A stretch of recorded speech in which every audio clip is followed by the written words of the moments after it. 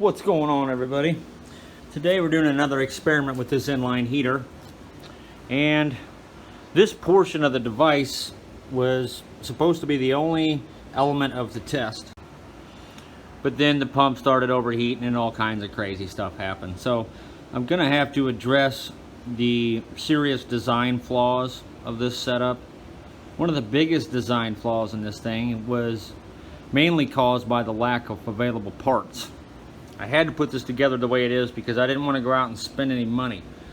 We are pumping hot water into the intake of the pump, which is a dumb idea. We should have the discharge of the pump connected here, and this be connected to the steam gun.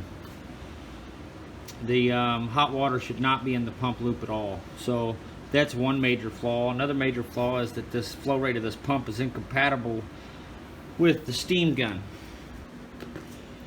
I've got a couple of ideas. Adrian Higgins brought up a good one, which was using kind of like an air reservoir, like an air arrestor, to absorb some of the shock. Because what happens is the pressure spikes will literally crack this casing. We don't want that to happen. And if there's no room for give, if the only give we have is the water being discharged out that nozzle, the pressure spikes could get pretty high. So it's kind of like a cam lobe action inside of there. There's no give. So it's an extremely high mechanical advantage. So the motor's probably capable of producing 400, 500 PSIs with the torque it has.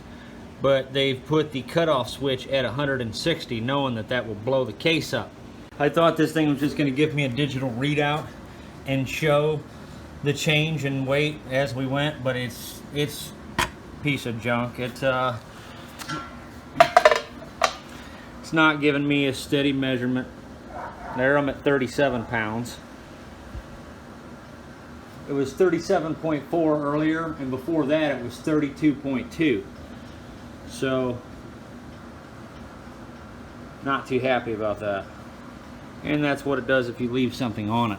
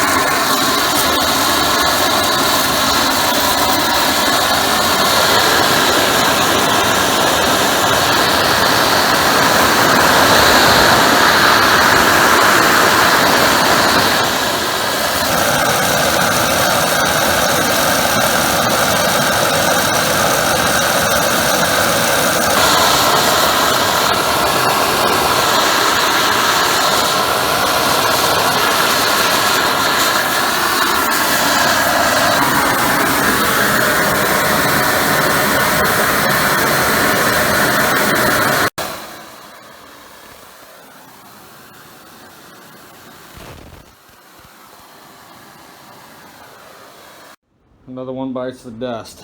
Alright guys, so somewhere long ago, a very wise old bastard once said, to make an omelet you gotta break a few eggs. So, I'm making omelets, man.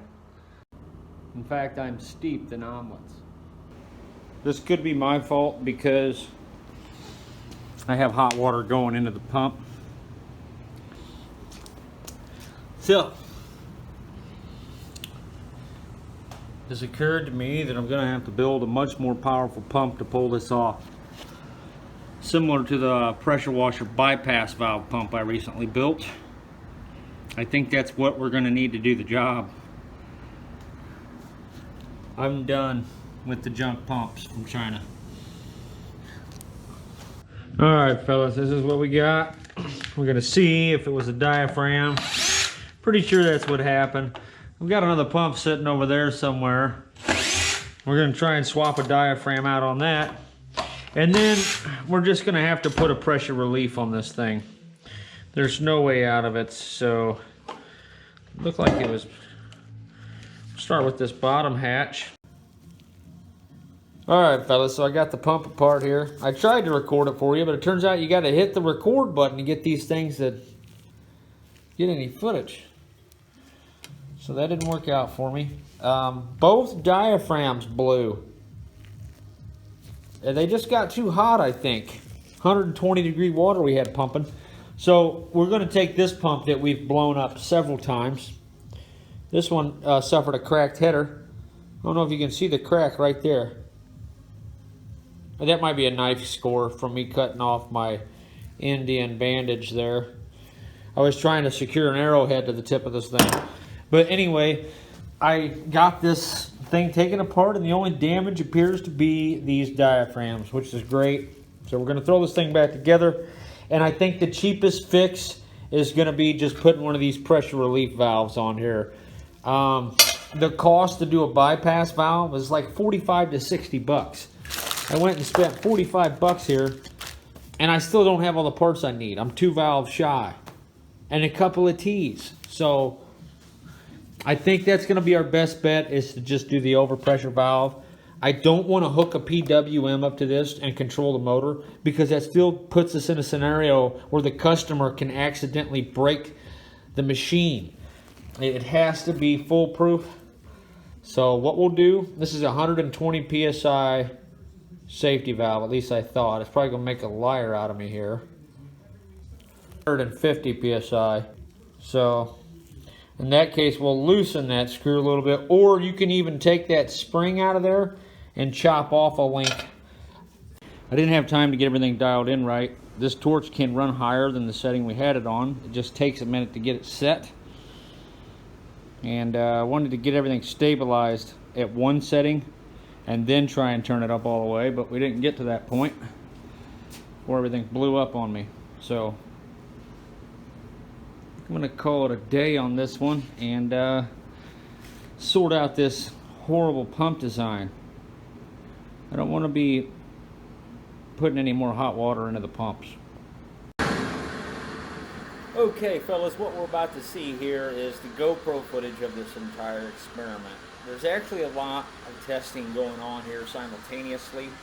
We are testing the performance of the inline heater, and at the same time, the monotube boiler on this gun is the full 25 foot of coil almost. Pretty sure I got as much of it as I could out of there. It's significantly bigger than the other monotube boilers I've built as far as the length is concerned.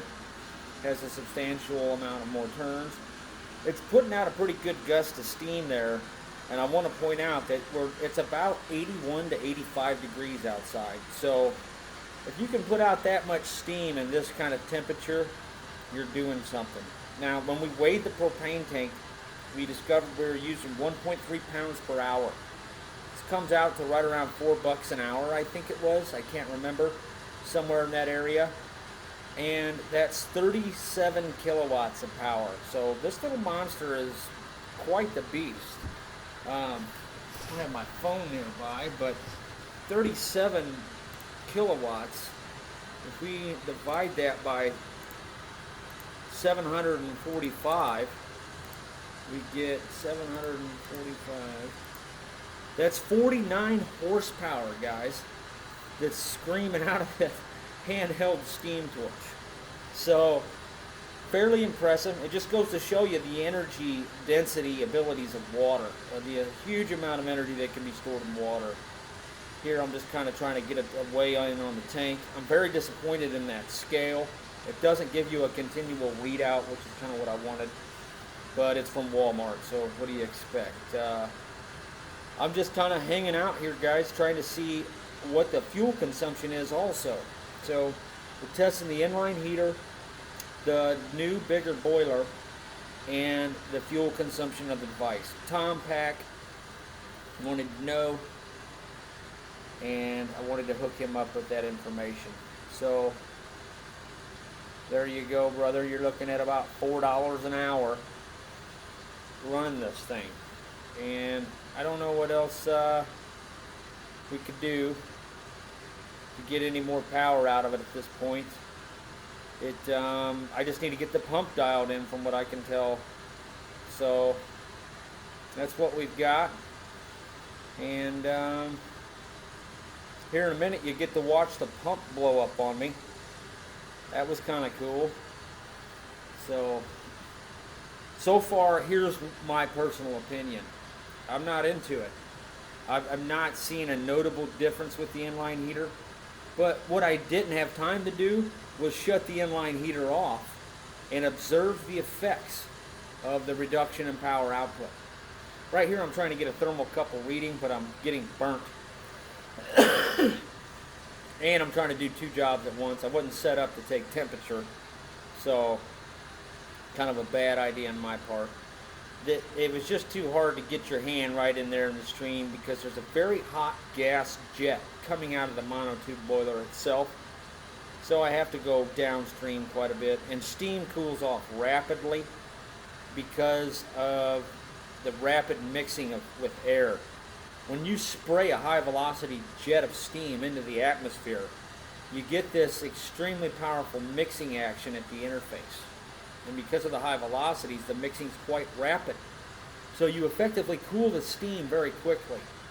So it's kind of a hard thing getting the exact steam temperature sometimes. But I pretty much give up at that point. I think 175 degrees was the temperature I'm getting. But like I said, I'm not getting it in that good hot spot because it's just too hot on my hand. I'm disappointed in that output temperature. So at this point you see me turning down the water flow to get the steam temperature up. Reducing the fluid flow is just like turning up the heat.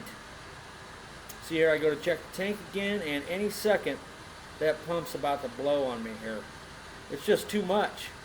It's barely pumping any fluid, and we're putting hot water through it. So I'm kind of an idiot for doing that. I threw this thing together in too big of a hurry. There it goes. We just blew the pump. So that's basically it, fellas. Tomorrow I'm going to have this thing up and running again with a whole different configuration on the pump.